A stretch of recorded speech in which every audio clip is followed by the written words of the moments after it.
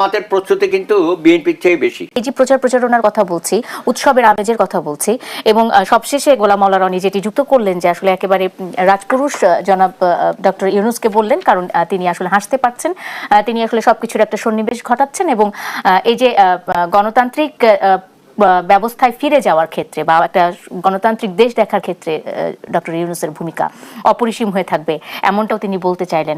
আমি আপনাকে নির্বাচনের আমেজ নিয়েই বলতে চাই। নির্বাচনটা প্রচারণা তো শুরু হয়ে গেছে, আলোচনা করারও সময় পাবো, কিন্তু আজকে প্রথম দিনের প্রচারণা দেখে আপনার কি মনে হলো, যে কি অবস্থা, কেমন লাগছে? আমাদের সমাজে না কিছু সন্দেহপ্রবণ এবং সন্দেহ বাতিক কিছু লোকজন আছে, তারা গত 17 মাস বলে বেড়াচ্ছে যে ইউনূস খুব দ্রুততম সময়ে বাংলাদেশে কোনো নির্বাচন হবে না। তোমরা খামাখায় লাফালাফি করতেছো, সে দীর্ঘ সময় এখানে থাকবে। এই গ্রুপে আমিও ছিলাম। এবং আন্তর্জাতিক শক্তি তাকে বসেইছে, কন্টিনিউ করবে, এবং তার মাধ্যমে ব্যবসা বাণিজ্য যা আছে সব মোটামুটি বিভিন্ন দেশ তার কাছ থেকে নিয়ে নেবে এবং নিজেও করবে। কিছু করেছে অবশ্য আংশিক, কথাটার মধ্যে আংশিক সত্যতা আছে।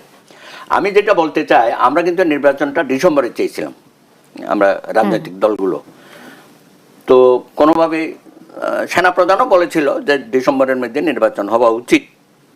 সেটা যাই হোক, শেষ পর্যন্ত লন্ডনের বৈঠকের মধ্য দিয়ে আমরা বুঝলাম যে ফেব্রুয়ারিতে নির্বাচন হবে। তখন ওই লোকগুলো বলতেছে, যদিও উনি বলতেছে ফেব্রুয়ারিতে হবে 2026-এ, আসলে নির্বাচন হবে না।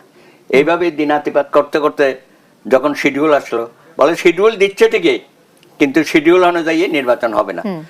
নমিনেশন হয়ে গেল, উইথড্রল হয়ে গেল, এখনো বলে 12 তারিখে নির্বাচন হবে কিনা। এই যে সন্দেহবাতিক লোকগুলো কিন্তু বসে নাই, তারা তাদের মতো প্রচার করে যাচ্ছে, এইখানেও করছে। কিন্তু এত সন্দেহ কেন সুব্রত দা? আমি যদি জিজ্ঞেস করি সন্দেহ কেন? অনেকে এইসব প্রচার মানে সংশয়টা কেন কাটছে না? যুক্ত হয়ে গেছি। এখন বলবে কি, হ্যাঁ 12 তারিখ নির্বাচন হবে, তবে ক্ষমতা হস্তান্তর হবে না।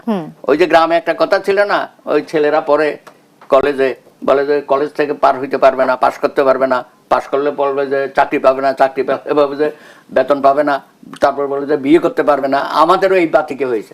যাই হোক, সকল জল্পনা কল্পনার অবসান ঘটিয়ে 12 তারিখে বাংলাদেশে দীর্ঘ প্রতীক্ষিত একটি নির্বাচন অনুষ্ঠিত হতে যাচ্ছে। সমস্ত দল যারা পার্টিসিপেট করেছে, 50-এরও অধিক সংখ্যক দল, যদিও আওয়ামী লীগ এই নির্বাচনে অংশগ্রহণ করতে পারছে না, বা তার সাথে যারা ছিল 14 দল, তারও কেউ নাই। তারপরেও আমি মনে করি প্রার্থী সংখ্যা যথেষ্ট হয়েছে, এবং প্রতারণা কিন্তু শুধু যে আজকে শুরু হয়েছে তাই না। আমি কিন্তু 3-4 মাস আগেও যখন গ্রামেগঞ্জে গেছি, জামাত ইসলামী কিন্তু সবার আগে প্রচারে নেমেছে। যদিও তারা বলতো নির্বাচন আরো দেরিতে হোক, এখনো পরিবেশ নাই, সক্ষমতা নাই, এইসব কথা বলতো, কিন্তু আমি দেখেছি সবার আগে জামাতে ইসলামের পোস্টার টোস্টার, কারণ তারা প্রায় 300 আসনে তাদের প্রার্থী কিন্তু দিয়ে দিয়েছিল, এবং তারা প্রত্যেকেই যার যার এলাকায় কাজ করেছে, পোস্টার টোস্টার ছাপিয়েছে। আমাদের হাইকোর্টে আমাদের কিছু বন্ধু বান্ধব আছে, তারাও প্রায় সকলকে জিজ্ঞেস করছি তুমি কোন এলাকায় দাঁড়াইছো, যে আমার তো ভাই ওখানে দিয়েছে, ওখানে দিয়েছে, এটা প্রত্যেকেই। তো সুতরাং জামাতের প্রস্তুতি কিন্তু বিএনপির চেয়ে বেশি।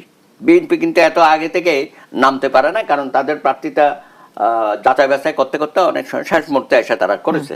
তারপরেও আমি মন্দের ভালো বলি কেন, বিগত নির্বাচনে কিন্তু এত দ্রুত সময়ে প্রার্থী বাছাই হয় নাই, আমার অভিজ্ঞতায় আমি যেটা দেখেছি। এইবার কিন্তু সেটা মোটামুটি সব দলই করেছে। তারপরে তো জোট ভাঙা, জোট গড়া, এগুলো অতীতেও আমরা দেখেছি। ওই সকালবেলা এক গ্রুপ গিয়া 32 নম্বরে দেখা করতো, ওখানে কোনো ধ্যান দরবারে না মিললে পরে আবার 27 নম্বরে বেগম জিয়ার সাথে গিয়ে দেখা করতো, আবার ওখান থেকে বেরিয়ে এখানে আসতো। সুতরাং জোট ভাঙা করা বা প্রার্থী অদল বদল, এগুলো আমরা আগেও দেখেছি। এইবার অবশ্য সেই পর্যায়ে হয় নাই।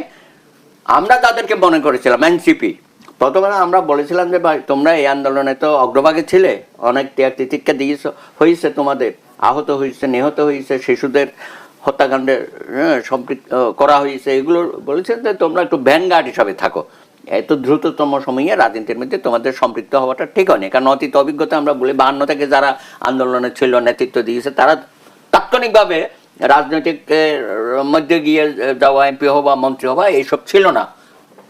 কিন্তু এইবারে আমরা সেটা দেখলাম, এবং এর পেছনে কিন্তু মাস্টার মাইন্ড হচ্ছে প্রধান উপদেষ্টা, তিনি উৎসাহিত করেছেন।